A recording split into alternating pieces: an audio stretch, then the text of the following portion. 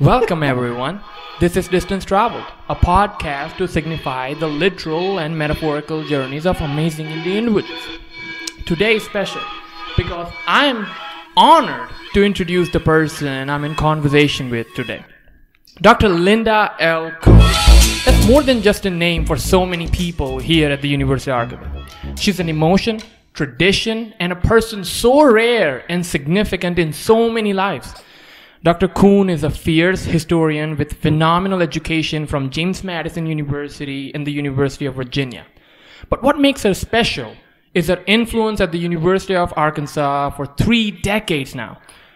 From leading the Fulbright Study Abroad program in Rome to the Honors Humanities Project here at home, the Religious Studies program, chairing the History Department, the Associate Dean of Fulbright College of Arts and Sciences, to currently being at the helm of the Honors College as its dean, where she has brought in people like Dalai Lama to Jane Goodall. Dr. Coon has done it all.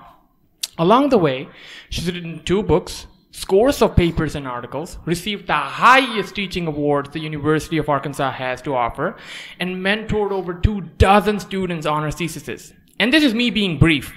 So when Dean Coon agreed to share her journey with me, I was ecstatic because there's so much to learn and discover from her life story.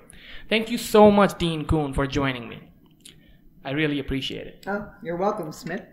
No problem. So let's begin from your early high school years. Where did you grow up and what were you like in high school?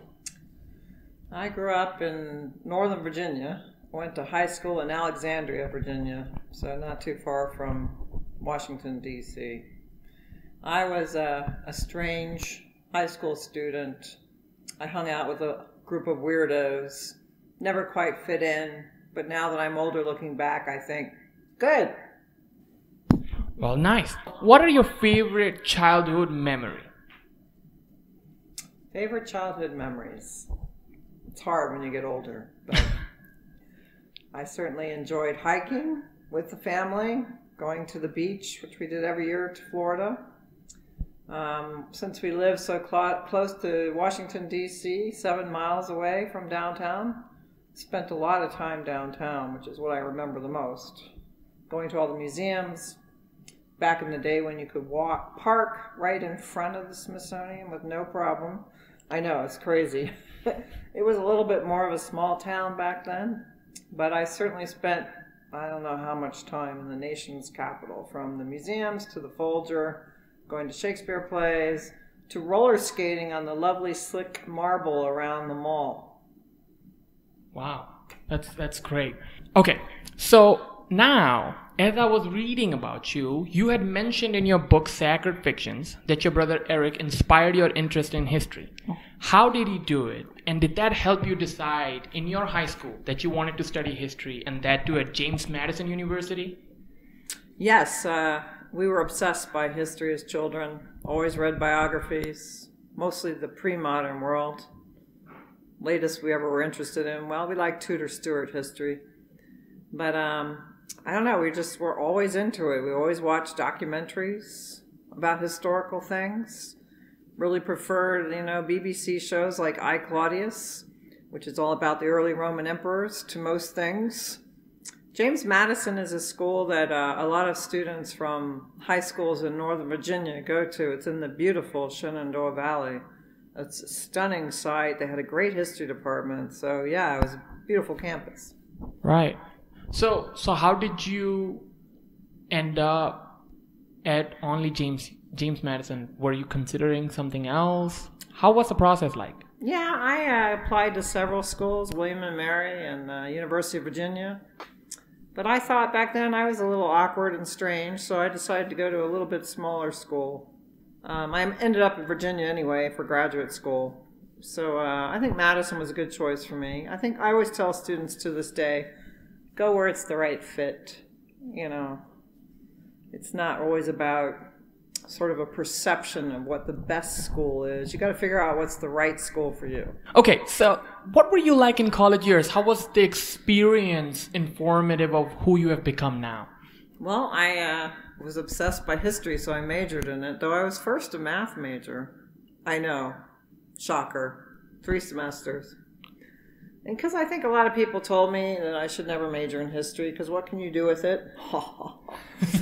Which, of course, was not true, and an urban legend. Historians are great at business. They're great in philanthropy. They're great in the academy. They go to law school.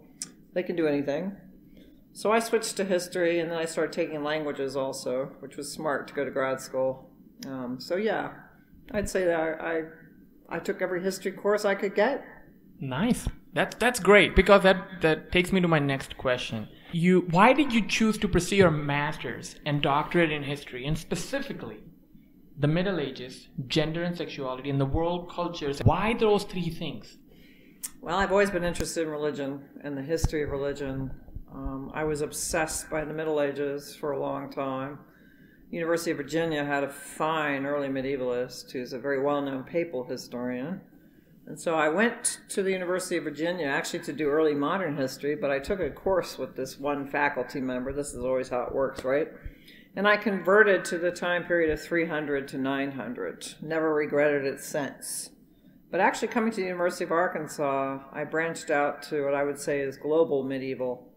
And I've been very lucky to teach for a long time in the Honors Humanities Project, where we actually would take a century like the 8th century around the globe, which I think actually in the end of the day is a better approach than just during Europe, you know. Right. So you would take the 8th century, you would travel to early medieval Japan, and then maybe to Baghdad, and then back around to the Carolingian West and over to Islamic Spain. So it's a really smart way of doing history, and it's, you know, the way history should go, is that every field should have a more global lens. Wow. That's true. And you truly have done it in not just teaching and learning, but you've done it in other aspects, and I want to get to that later. But as you talked about coming to the University of Arkansas and branching off, you said in a UATV interview that I love Fayetteville. I came here from Virginia, and Fayetteville reminded me of it. It's a classic college town with a great sense of community and a lot of fine arts as well as intellectual action. If the town's similarity to Virginia brought you here, what kept you here? Well, it's a great job. I mean, to get a job at a research university in the United States, I remember when I got this job, my graduate advisor said to me, well, you've left behind most of the academy just by getting a job at a flagship research university. It's a great history department. It always was, but right now it's phenomenal. I could recommend you to take any faculty member in history, and I know that you, Smith, have high standards for teaching. It's such a good research teaching faculty. They combine the two aspects beautifully. Every single historian on this faculty is a great researcher, but they bring the excitement about what they're doing in their own research straight into the classroom. So the history department is a big draw. But the students, I've always liked. I'll never forget my first class I taught at the University of Arkansas 30 years ago. Those students were amazing. I had 4 first-generation students, one who described herself as a backwoods Baptist from outside of El Dorado, Arkansas. And they all went on to get PhDs. This is the first class I taught here, and the backwoods Baptist is now a full professor at the University of Mississippi.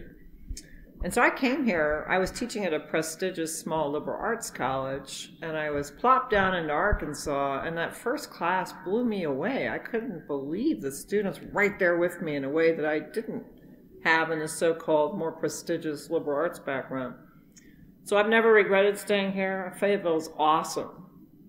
How about that? That is true. And I mean, I agree. You know, things you would see at a bigger institution are here, and that's what shocks people the most. So many of my professors who had come here and just took a job, and then they were like, oh my goodness, I never knew about this. You know, they truly have fallen in love and never left. So I think you resonate with that, and that's great, and we are lucky to have you. Actually, now I want to kind of deviate, because in the same interview you talked about your favorite book being The Augustine of Hippo. In that, Peter Brown writes, not only did Augustine live in an age of rapid and dramatic change, he himself was constantly changing. So much of this resonates with who you are as a person, at least to me. You are one of the most phenomenal adapters of the era. You have created accounts on Snapchat, Facebook, LinkedIn, Instagram, YouTube, everything, you name it. You send files in chats on Zoom now. instead of emailing them. And so much more. As the pandemic hit, you created courses that were in time. Overnight, you brought in the governor of Arkansas to talk to students. And you didn't even charge for this class. This was just, you were offering it to not just Arkansans, but anybody who was interested. And you put it out on YouTube for the world to see. And that is something rare. So I want to know how this book has influenced you in doing all of this. St. Augustine. Well, I just taught him in my History of Christianity class. This is a biography that was written in the late 60s by one of the most famous people in my field, who just retired from Princeton. And he wrote it, I guess it was partially his dissertation, but it documents one of the most fascinating stories in Western history, and that's Augustine, who lived from 354 to 430, but he was someone that had a long, weird spiritual road to finally converting to Christianity after embracing multiple intellectual and religious faiths. He was super neurotic, full of self-doubt, and he detailed the life of the late Roman world to such an extreme and meticulous degree that you get information that you would never have in any other kind of source. He was from what is nowadays Algeria. He lived in a small village, but he worked his way to become a professor in Rome and then a professor in Milan, only to come back to North Africa to be a bishop. So wow, it's an insane story. It's beautifully depicted by Peter Brown if you ever have time to read it. Augustine, innovator, that's what we would say nowadays, in the Walton College of Business. He was an innovator. He was a theological innovator, but he was even a kind of social commentary critic that, unbelievable. So do you believe that this book influenced the decisions you made later on in doing so many different things, in changing during different times? I don't know, because I don't know if it's that straightforward. He certainly liked the intellectual ride. Right. He spent time as a Manichaean, which is a very Eastern religion. Oh. I always liked that part about him, that he was always trying something different. So I guess in that regard. But I really love the self-doubt and the, I don't know, he's an individual who's constantly aware of his fallen nature as a human being. So that was refreshing. It's not very American, it's not very 21st century, but we'll come back to it, don't worry. Okay, so that is actually very good. And now I just briefly want to know a chronology, because when you got here, you started teaching history, but you have morphed into so many different roles. And you're now the Dean of Honors College, and in that, you have had so many firsts. How do you go from being a professor, right, like people we know and meet every day, to going into administration and leadership roles? And how does that journey look like for people like me and many other students who are looking up to you and be like, man, Dean Coon's the one, I want to be like her. I want to at least emulate some of those qualities. So how was the journey like? Can you tell us about that? I fell into administrative roles. Like the first one I had was Director of Humanities, which was interdisciplinary work. The program's still going. In fact, it's been built into a center, so it's really quite brilliant. Then I became department chair, which is probably the most valuable thing that one can do, because there's a lot of faculty management issues, but it's an important and difficult job. But this is the best job on the planet. Dean of the Honors College, oh my God, it's innovation all the time. The students are super amazing. We sit around in the Honors College like madmen in the show, designing crazy classes and trying to figure out what students would like. So it's always changing, and it has many moving parts. Okay. That is really good, because it sounds crazy, but that is what happened. You kind of just happened upon the director of the program, and then from there on you have moved on. And you never really started out as, oh, I want to be the dean, right? No, never. Not even on the radar. See, in most of the people, that's how it is, because like you are such a natural leader. And that's what amazes me the most. So in terms of being the chair of history department, as you said, there's a lot of management of professors, which were at least a year or two ago, before you were not the chair, were your colleagues and friends. And then you're kind of managing them, making sure things are going right. You're like the moderator. When things are going right, they don't know what job you did well or not. That is true. And so how was that like? And like, how did that change in role affect your relationships with your colleagues? Or did it not? Well, I was lucky in the history department that it was such a successful group that in a way they were easy to manage. Historians are hermits, so they like to go into their separate offices and write their books and teach their classes. But I think it's getting resources for everyone in the department is hard. That'd be hard any school you're at. So it's constantly, it's kind of a wrestling match, often with positioning a department to get resources and positioning them to get on the radar in terms of their research, especially in the humanities. I know you're coming from biomedical engineering. It's different in the STEM disciplines, but sometimes humanists who do great research don't get the kind of spotlight that some of their colleagues in STEM do. I enjoyed it. It was hard, It is, sometimes as a colleague of mine once said, sometimes your colleagues look very different from the chair side of the desk. Yeah. and a couple things from your response, because that brings me to light, just like qualities you have inherently that I feel like not just should be highlighted, but try to be, missions of my life at least. Because you said, one, trying to get the spotlight for people who don't get the spotlight, usually at least. And as I was researching, I have found that early on from I went through archives of newswires, and I would search on Newswire, and there would be years like 2013, 2014 that come up with your name, like 16, 17 entries, but it had nothing about you. You were trying to highlight the stuff that was going on in the department in terms of research, in terms of books being written, in terms of people, like visiting scholars being, who were coming here and teaching students. And that was, to me, not just phenomenal, but refreshing, because you were trying to just hey, look at these people. They are doing good work. Did that come naturally to you? Were you making an intentional effort to do that? Or what was it like to do that? Well, I actually think that's the chair's job. That's why I think a lot of, that's why it's hard, because your job is to create a space for other people to succeed, not to push yourself out there.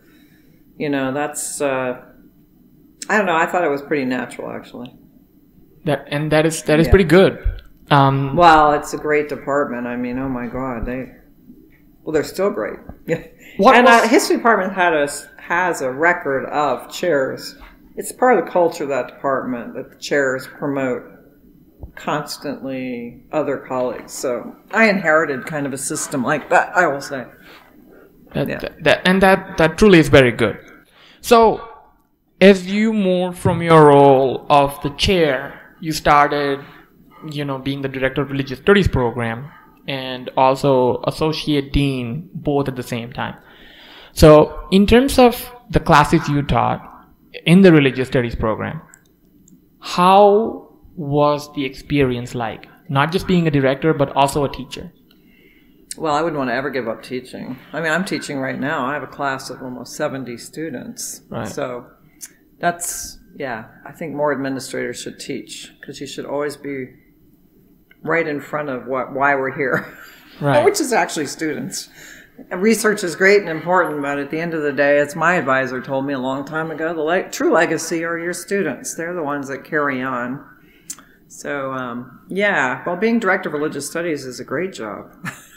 You get to work with faculty across campus that do religion but aren't from your department. We brought in some awesome speakers back in the day, including I'll never forget Jeffrey Hamburg from Harvard Art History. Gave a phenomenal lecture on nuns, artists who were nuns in late medieval Germany. Wow. So, it's a great intellectual job.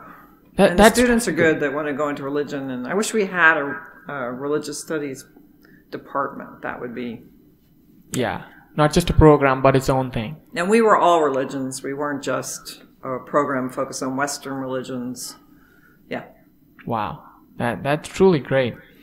Now, as you took on the Associate Dean role for the Fulbright College of Arts and Sciences, and that was from 2013 to 2015, what did you enjoy the most about that role? And how did it prepare you for honors college deanship? Well, I'd say the best thing about it was trying to help chairs deal with management positions. I worked with an awesome group of Fulbright chairs, and I watched how they were struggling with things I used to struggle with. And it's not that people are ill-intentioned, it's just there's, I was over, let's say, music and other departments where the resources are really tight. It's good to see things work out well for a chair or a faculty member that are struggling. So I think it was the management of faculty was always the best part. I was going to say that for the best part preparing me for this is, well, that part's always good, dealing with faculty. But getting out there and meeting people from other colleges, because the dean of the Honors College works with all the colleges, so that was useful. And in terms of doing things on the administrative type, as you were also teaching, always, what did you get caught off guard with? Because as you were in this administrative roles, you weren't trained in it, but you were very good at it. But were there some things that you felt like, why is this even part of the job? Well, there are, unfortunately, there are times when faculty behave badly. Of course, I do like St. Augustine, so I share his view of human nature, which is that humans tend to do the wrong thing. So I'm not that surprised by it, but I have to say some of the examples we dealt with back in the day were pretty extraordinarily theatrical. That was a little surprising. Okay. It's kind of surprised there were situations that were allowed to go on for years because folks were afraid of conflict. Yeah. You bring up a good point. And not just folks, I would say I personally am guilty of that. I believe in peace and harmony to the point that I will try to please people. Or a lot of people do this, that they just don't want to bring up conflict. And ignoring things doesn't solve problems. No, it makes it worse. So how did you develop any techniques that you would like to share with students who are going to be one day faced with the same problems? Yeah, that's true. Thorough investigation, right? Documentation. A ability to be direct. I think sometimes the culture in this part of the world is a little bit too indirect. Directness is something people are afraid of. But if you're direct with a person, then there's nowhere for them to go. You've said it right to their face. If you're constantly trying to please them, then they engage in more subterfuge. That makes sense. Yes. Being direct is good. Yeah. These are simple but profound things. Man, wow. Okay, so I want to change tracks, and I want to ask you a question that's actually a very personal favorite of mine. So I have known you for, a year now, and as I started to know you, and a lot of your colleagues, a lot of the students say the same thing. They resonate with this sentiment that she's so unique in her approach to being a dean. You have an open door policy truly for all staff and students. You pepper your emails with memes and emoticons. One of your colleagues loved that, by the way. And things that you do are not so traditional. So what are your thoughts on a more traditional role of a dean? Because many will mention you who thinks outside the box. And as I said, the LinkedIns, the Facebooks, meeting students where they are at. And you are so full of personality that broods in all things you do. How does this unique approach helps the relationship with students and your colleagues? And is this subconscious or conscious? Well, I think part of it's being honors dean. I say if I were dean of engineering, it's a very different job. For one thing, the scale is pretty big. And there's a large faculty piece and a very big staff. So right there, I'd say the scale's a bit different. But also, since we're focused on undergraduates solely, I think that gives the honors dean a space to innovate with a particular group of students. So that can be curricular innovation, study abroad, international, undergraduate research. Now, we support all those things. But let's say in engineering, there would be a whole group of other folks would probably be working on that and not the dean, because the dean might be charged more with the faculty piece, the upper admin piece, and then the fundraising. So I see my colleagues are doing heroic work in these other deans' things. But I also think medievalists tend to be kind of strange people. They just come out and say it. Anybody that spends their entire life dedicated to studying people who have been dead for over 1,000 years is a little strange. So, yeah, I mean, if you went to the big medieval conference every year, you would see that they're an interesting and eclectic crew of people. So some of that's just being a medievalist, probably. And how about the relationship piece? As you are in this role, open and free and so full of life, how does that influence the relationships with not just your colleagues, but the students? Oh, well, the students they make me that way. I mean, I think about the students I've taught in these honors classes, like the ones that you're taking, because they're self-selected. They're among an amazing group of students, but then they self-select, like you did, to take a course taught by another historian, Charles Robinson, on bad times. Right. Which is a history of student activism on this campus. Yes. So, and I've met the students in that class, and it's, you couldn't handpick a better group. So I think, we have a large group of honor students, but then we have an entrepreneurial core that engages purposefully and with a plan with the Honors College in a way that's kind of singular, if that makes sense. Yeah. And is this subconscious or intentional? Do you make the intention to do that? I think with these classes I do. Okay. It's my favorite part of the job. I love thinking up curriculum, I don't always score. Sometimes there's a class that doesn't speak to your generation as well as another one, but usually we score pretty well, I'm pretty excited about next semester's classes. So, yeah. And I mean, speaking of next semester's classes, they're very good because in terms of the food matters. Now, inflammatory diseases and anxiety and all those things are on the rise. And that is so much because of what we eat and how we eat. And you are offering a course on just that. That is phenomenal. That is so timely. That class is going to rock the Honors College. Yeah, so it's great. Now, I have a quote, actually, from one of your colleagues. And I want to get your opinion on this. So, this colleague said, Dean Coon has a way of making people feel seen, recognized, heard, and encouraged. This was actually by Dr. Meera Kumar. Oh, I love her. So you started the A+ magazine, and you've been in the leadership role when it was started. You started the Honor CDN tradition the year before last. And you have done that in so many different ways. You started traditions, you started recognitions, you started giving awards out, so many of this. So why is it important for you to highlight others? Because it's fun. I will say my predecessor, Bob McMath, another historian, he was dean of the Honors College before me. He actually started a lot of these things, like A+. He did a whole series of really fabulous cross-college curricular endeavors. So historians love this kind of stuff. So it isn't just me. But I do like to showcase other folks. It's more interesting. That's great. Plus, the research, another great thing about this job is getting to learn what the research is in biomedical engineering. Getting outside of Fulbright College and seeing what Walton College is doing in innovation or architecture and sustainable design.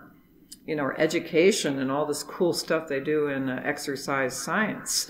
And then ag is amazing. The College of Agriculture here is super impressive. So I would have never been able to do those kind of relationships in research and teaching that we've developed. And Food Matters is a great case. We've got the Dean of Law School, who does food law, Dr. Jenny Popp, Associate Dean of Honors, who's also an agricultural economist, and then Dr. Kurt Rome, who was the interim Honors Dean, and is a well-known horticulture professor. So they're going to do a multidisciplinary angle on food. That's going to be, the legal part alone is just fascinating. Yeah. And it's just really, really great. Okay. So my next question is actually, you've built so much on the foundation of Honors College, like you said. Dr. McMath, right? Yes, McMath. Or I called him Abba. Abba. You said when you applied to be the Dean of Honors College that you hope to bring more scholarships into the program. The PATH program has grown, and you have done that, and you donated recently $30,000 and encouraged others to do so. So thank you for that. Oh, my pleasure. You I drive, love PATH scholars. You wanted to drive for diversity and inclusion. You have created advisory councils and boards. And Dr. Pop told me you started 6 undergraduate schools in the same classroom. You started classes and curriculum development. You've done that. You are also involved with the Honors Arkansas, which is part of the entire Arkansas, the whole state's honors colleges. And they're amazing. And this was unheard of before your tenure on the campus. You wanted to extend opportunities for more students to study abroad. You did H2 Passport, the Honors to Humanities program, Passport. You led honors study abroad programs, and you have introduced new ones.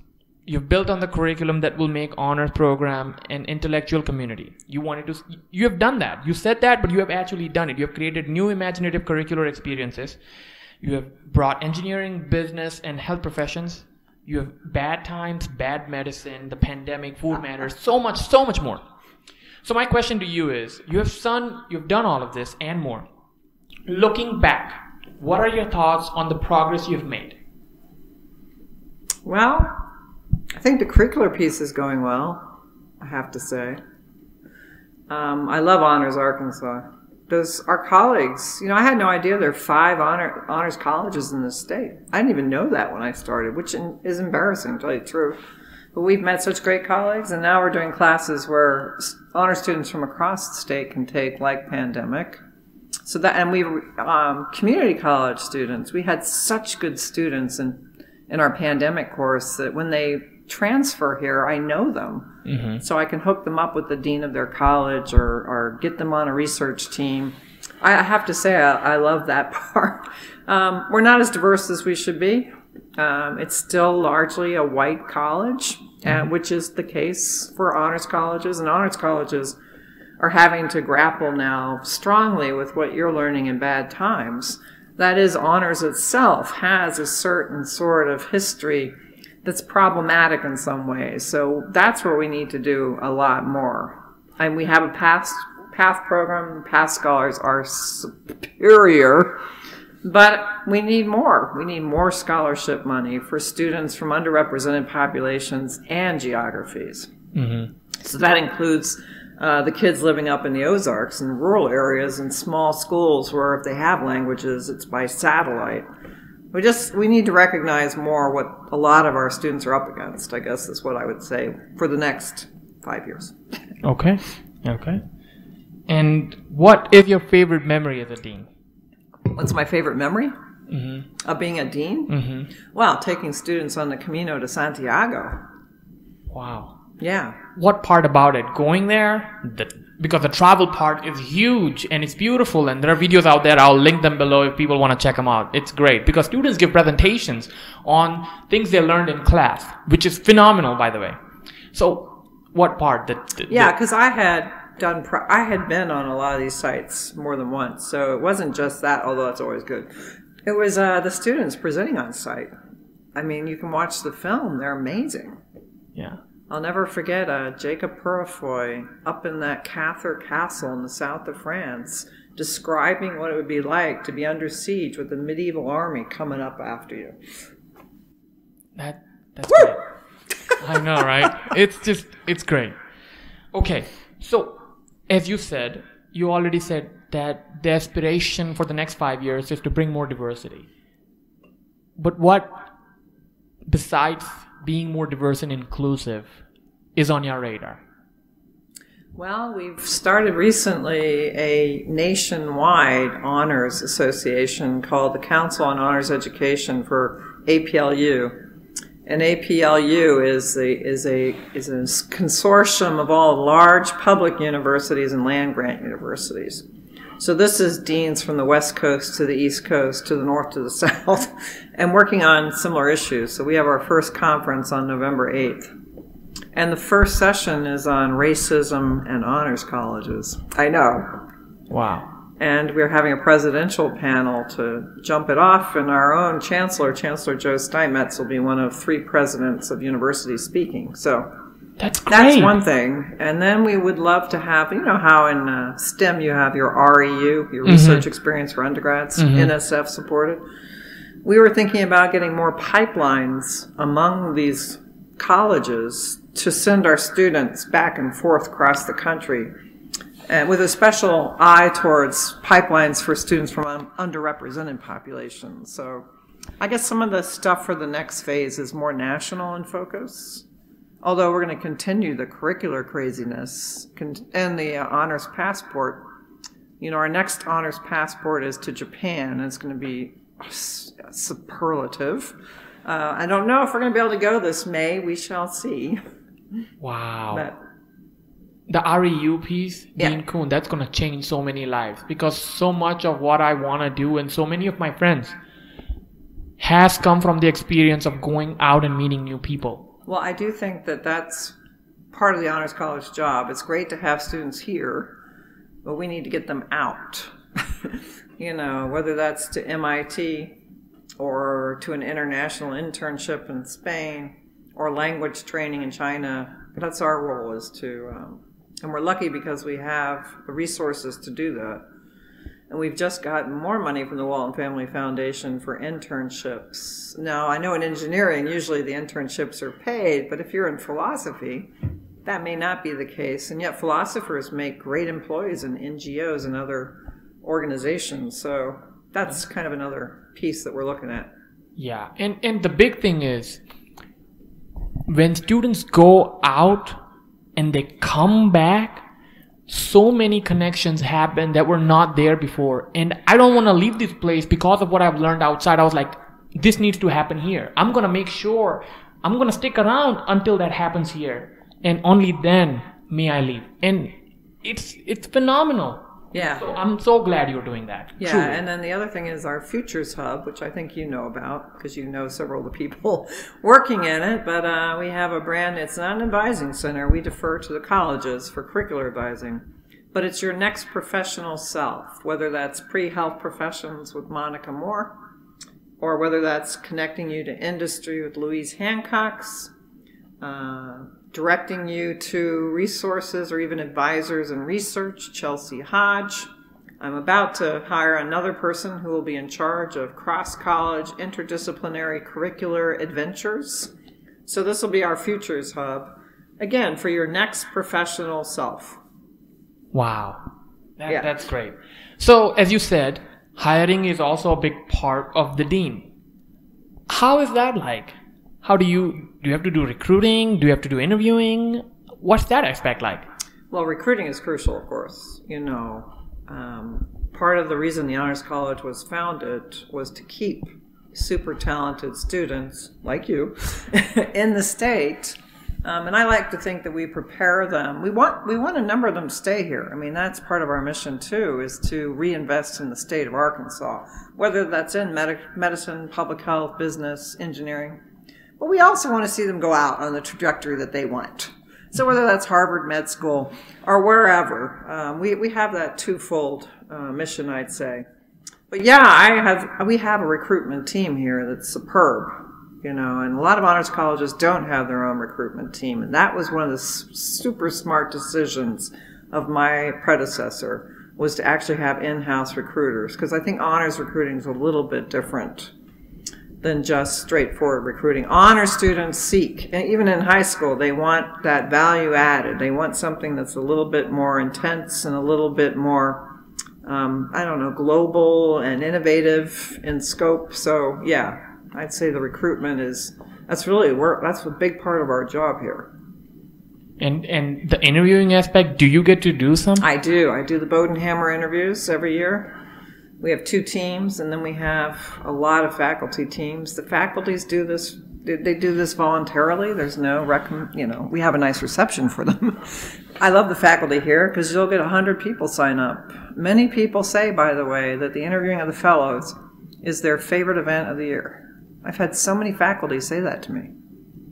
They love it, but they're always blown away by the high school seniors. They're just like, I'm going to fire myself. But it's true. I mean, these kids are coming in here and they're 17 and 18. They're super impressive. That's right. That's right. I mean, so many of my juniors are doing things I never thought was even possible at their age. So I'm proud to call them my colleagues and classmates. It's truly phenomenal. And they're all honor students, by the way. Well, of course, yeah.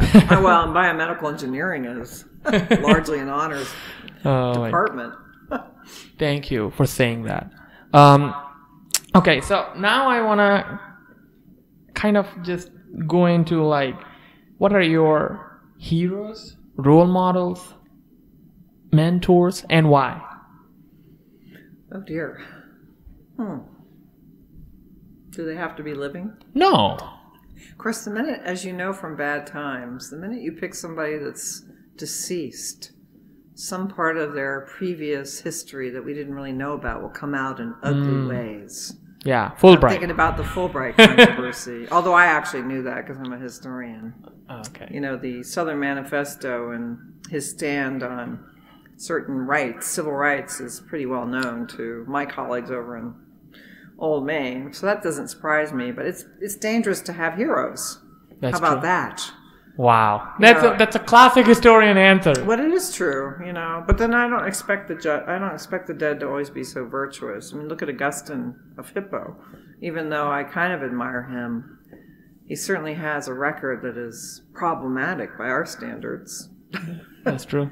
Super problematic. I mean, once he decided to convert to a particular type of Christianity, he became pretty intolerant of other types. So, yeah, I'm going to stay away from the heroes. Kind of like I think we should stay away from statues. That's right. We've had this conversation, yeah, but statues of humans is probably a bad idea. Yeah. Because there's got to be some other more abstracted way we can honor things. I don't know. And just putting people as symbols for years to come seems scary.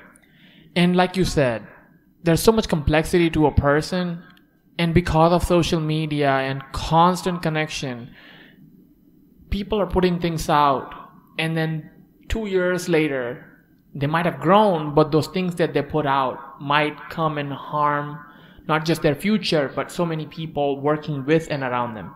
So that's what we advise everybody when we're recruiting. We always advise the high school students to be careful what they're putting out there in cyberspace, because it will live on. Yeah. And you know, when you're starting to apply for things, even jobs or school, whatever, you can be haunted by cyberspace. True. What do you think is lacking in the world right now? Besides being more inclusive and diverse. A very strong sense of history and its importance. Yeah. You know, the Fulbright piece is one example of many. We have to understand the context for where we are, which is based upon layers and layers of historical events, historical meaning that, yeah, I think Americans typically are not very historically invested in a way that other countries are. That's true. And, yeah, of course I'm a little biased towards the history profession, but it is true. It is. Such a good major. And the weird thing was, until I got to college and took classes like Bad Times, that type of history helps me define my future. You know, history of just facts and numbers and dates is not interesting, but just so not. much. And you can look them up. Exactly. You don't need. That's not what historians do. I don't do that in my classes. They're all about writing and discussing. Yeah, kind of like in Bad Times. And I love that because you know, so much of what I learned in my middle school ages, it was so focused. It seemed like on a single lens. You know, you were focused on what happened when, who were the people. And I get that, but also the bigger picture, that why, so what, was missing. And I feel like getting to college, and especially honors college, it connected and clicked.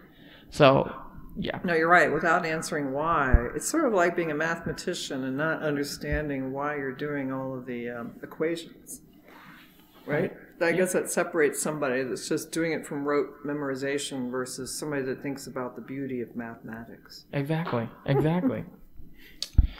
Now, you have already touched on this, that you love the leadership aspect, the faculty aspect, the interviewing aspect.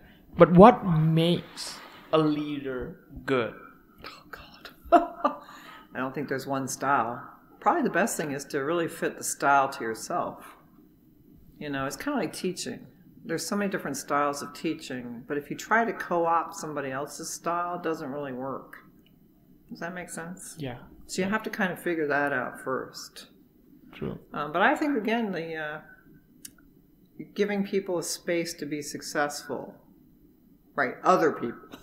Well, I just taught Pope Gregory the Great with my class today, and that's sort of one of his big points, even though he was writing in the year 600. It's this sort of humility for self in order to improve the lives of others. Yeah. True. In theory. Now, he also admits that for humans, that's very difficult. Yeah, I mean, we are flawed by nature. That's just what makes us humans. And that brings me actually to this unique question that maybe more so I'm just asking for advice. But so many times, and you know, your colleagues have said this, and you have yourself said this, you'll get great ideas as you are brainstorming in the honors college. You know, your my mad men and women out here. Exactly. Yes. So what happens is all these great ideas come up. You take them and you lead with them. But it is so difficult as a leader to recognize that, one, the idea came from your team and not just you. Accepting that idea, recognizing that idea is good, and leading with it, making it yours, and truly believing in it. That's very difficult. What do you give advice to students or people who are listening to do that? Well, the team part's the best part. I mean, sitting around here by myself thinking of stuff, well, that wouldn't be very interesting. It's the camaraderie up here in the Honors College. Well, I have the best crew on the planet. Why don't we just come out and say that? But they also will correct. Like, I tend to be overly extravagant. And maybe that's not always a bad thing, but I think in times of financial and like public health crisis, it's probably not a good idea to be overly, what's the word? I don't know. I always want to go over the top. So I have a really great team that will say to me, whoa. So it's sort of checks and balances, right? And then you always want to hire people that are different than you are. I adore Jenny Pop, but we're very different. That's why it works. If I had just duplicated myself, it wouldn't be nearly as good, right? That takes a long time to figure out. That's true. And it's hard to work with people who are different than you. How have you knocked it down? Well, I just do whatever she says. No, it's you definitely want to surround yourself with people that aren't like you. Definitely. Always. Okay. One of the strong things I've learned in them. And I've hired historians up here. Historians are good managers. I mean, that's just... a historian will end up running businesses or running people that major in business. There's something very managerial about the past. I don't know. Yeah, true. It's understanding context for multiple things. So exactly. But yeah, my best advice, if you go into management, which you're probably going to go into admin, I bet. God knows what you're going to do. You have a good instinct for this anyway, you know. First piece is to understand your own issues, and the second piece is to find somebody that is different enough that will make up for those problems. That's right. That's right. And, you know, you yourself are a great leader to even say that. Understanding that you have issues and accepting and figuring them out, that's a big part. Anyway, so what do you wish you could tell your students that you knew when you were in our shoes that would be helpful? Not worry about what other people think, ever. That's the benefit of being older. Don't care. It's so tough. Do not. Well, yeah, because it's harder when you're younger. But that's the best. Yeah. I mean, I'm not the only person that says this, but man, at my age, I'm just like, whatever. Okay. I don't care. Now, when I was your age, totally not like that, right? Yeah. Kind of a disaster, really. Okay, so that's good. That makes me feel hopeful that You will shed gradually that attachment to worrying about others so much. that yeah.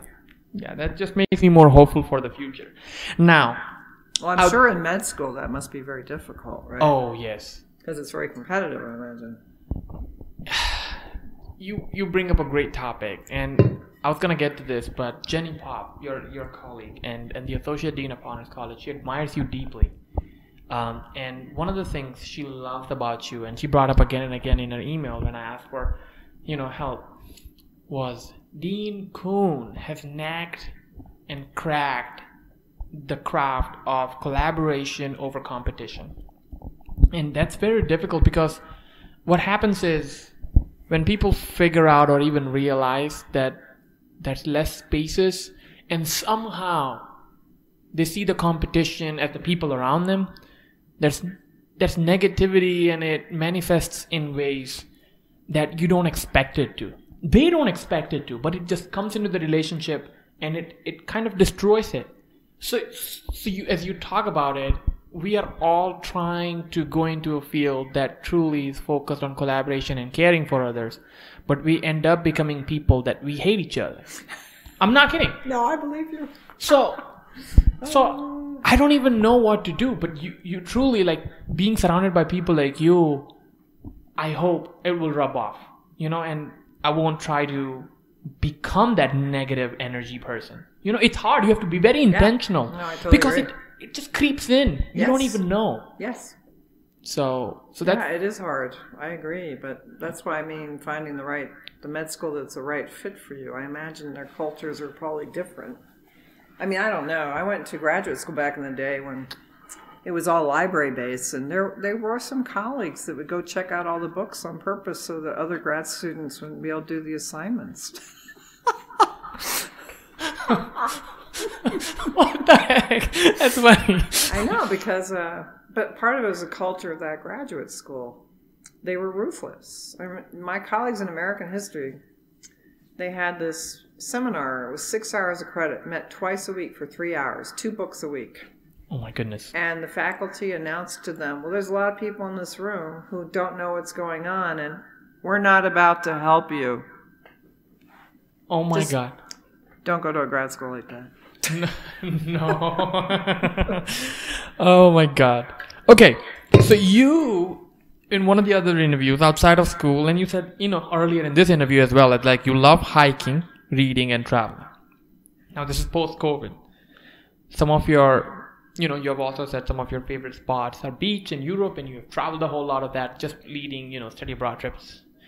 So post-COVID, what are your plans as to, if you get time from your very busy schedule, where would you go? Any place? I'd like to go to India, actually. Oh. Yes, I've always wanted to go to India, and I haven't.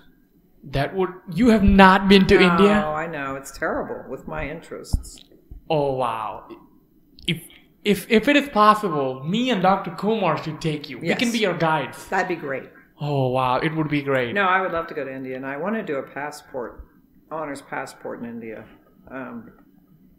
Yeah. I don't want it just to be Western, obviously. We've done a lot of Western. We did Sicily, we did the Camino, we did Vienna and Prague. We're doing Japan. We did do Peru twice. But yeah, we need to move to different areas, I would say. So India is definitely on the radar there. That's good. That makes me so happy. You have no clue. Okay. So this is kind of personal to me because I have a sister. She's 12, and as she grows up in the American culture as an Indian American, it's very difficult to navigate two personalities. I imagine. and especially certain things that have happened makes me want to know your perspective on this. So many people say that feminism is dead, and progress that women have made is kind of backtracked. And being just a dean, you have had so many firsts, not just as a female dean, but just firsts in general. For example, the multidisciplinary curriculum and so much of it. So I want to know, what are your thoughts on progress of just feminism, and what do you say to girls looking up to you saying, hey man, what's going to happen in the future? Well, yeah, it is worrisome, of course, but it always I mean, here comes the historian again. And the history of women's history throughout the centuries is very instructive because it does go through these different phases. I won't say of empowerment in the pre-modern past, but there's certainly places where female achievement was pretty brilliant, like in the late Middle Ages. I would say, looking at our honor students, I've never seen so many female mathematicians in my life. The women are coming in STEM and math. You know, not that makes it makes more diversity. When I first started here, you wouldn't have seen that. I mean, the engineering school was largely male. Well, you must notice in your classes that that's not true anymore. Mm-hmm. So the progress is structural. It's slow.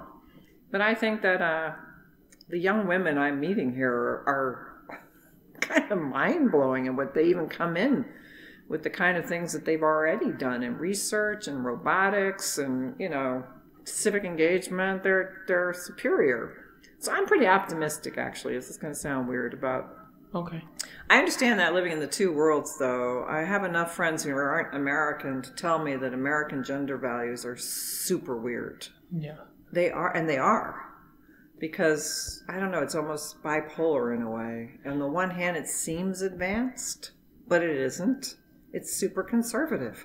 Very confusing. Yeah. It's true. I mean... You are right. Because... the messages sent to young women in this country are just so weird. Because... And I'm glad you brought that point up. Because it's like we feel we are progressive, but when we start getting to the layers like onions, and you go deeper and deeper, and maybe not so much, you know? No. And I'm not saying that's a bad thing. We have made so many progressive things. Those are good. I'm not discrediting them. But the messaging is bad, actually. I will, in that regard. Yeah. The messages sent to young females, well, actually, in some ways, to both sexes, or multiple sexes. Yeah. Yeah. It's strange. Well, I'm glad that you are hopeful, and it helps me. I am. Yes. Yes. So now, what's your ideal relaxing day when you don't have work, don't have honors college, don't have classes? What day is that? I got a grade all weekend. But do you grade or do you go out? I like to walk dogs on long walks. This is a great area, as you know, too. There's so many trails around here, and God. I haven't been on a lot of them. You should check out the Greenway Trail. Okay, I will. I don't think I've been on that one. It's great. It goes around the loop of Fayetteville. Oh, yeah? Mm-hmm. Beautiful. Oh, maybe I've been on part of that. Yeah. Can't remember. But yeah, I like doing that. Obviously, I like to read. All historians do. Are you reading anything outside of your classes? No, today? I have things that I'm supposed to be reading, but I haven't. That's okay. Yeah. Okay. Now, what are some words of wisdom and quotes you would want to share or impart as we come close to the end of this interview that you would like to end with? Oh gosh, well, I'm about to give a lecture on the Benedictines, so I might give you the Benedictine motto. Is that all right? That's fine. Wisely unknowing and knowingly unwise. Okay. Wisely unknowing and knowingly unwise. Yeah, the ultimate humility in the face of knowledge, right? Yeah. I love that. That is kind of like a double-edged sword, isn't it? Yeah. Yeah. And in terms of wisdom and hopefulness... Well, that's kind of like our honors college motto, right? Can I use that one? Oh, Audax, yes. Sapiens. I love that. Bold and yet wise. It's kind of Benedictine. A little bit. Yes. Although it's also classical in a way. How did you come up with that, by the way? The tradition, the handshake and all of that? Well, part of it is my director of development studies esoteric groups. Okay. And so some of the stuff, well, we took for the Latin initiation ceremony, we took an ancient Christian induction ceremony. And we kind of remade it for universities. Wow. And then I had my colleague, who's a brilliant Latinist, over there, Charlie Muntz. I had him edit it because, yeah, he has such a great, beautiful, complicated connection with Latin. So some of it is just, well, we're a bunch of weirdos up here, so we thought we wanted to do something fun for graduation, but still had some of the old trappings of ceremony. So we have the goblet, and we have the scepter, the sword. Where did my sword go? Oh, well, anyway, we've got the Latin pen and the Latin motto. Why not? Yes. I mean... Yeah. Well, as we come to the end of this, I do want to highlight something that I felt very touched by. Your humility, your ability to recognize and encourage making mistakes, not caring about others, figuring yourself out so you can figure out who you want to be with or be surrounded by. And moreover, you championing collaboration and putting the spotlight on others when you know they need them sorely. And all of these qualities, if I can emulate at least 10% of them, I think I will have done the job that I'm here for. Oh, so you're going to do brilliantly, Smith. I have good taste. Thank you so much for talking to me today. Oh, my pleasure. Thanks for the great interview.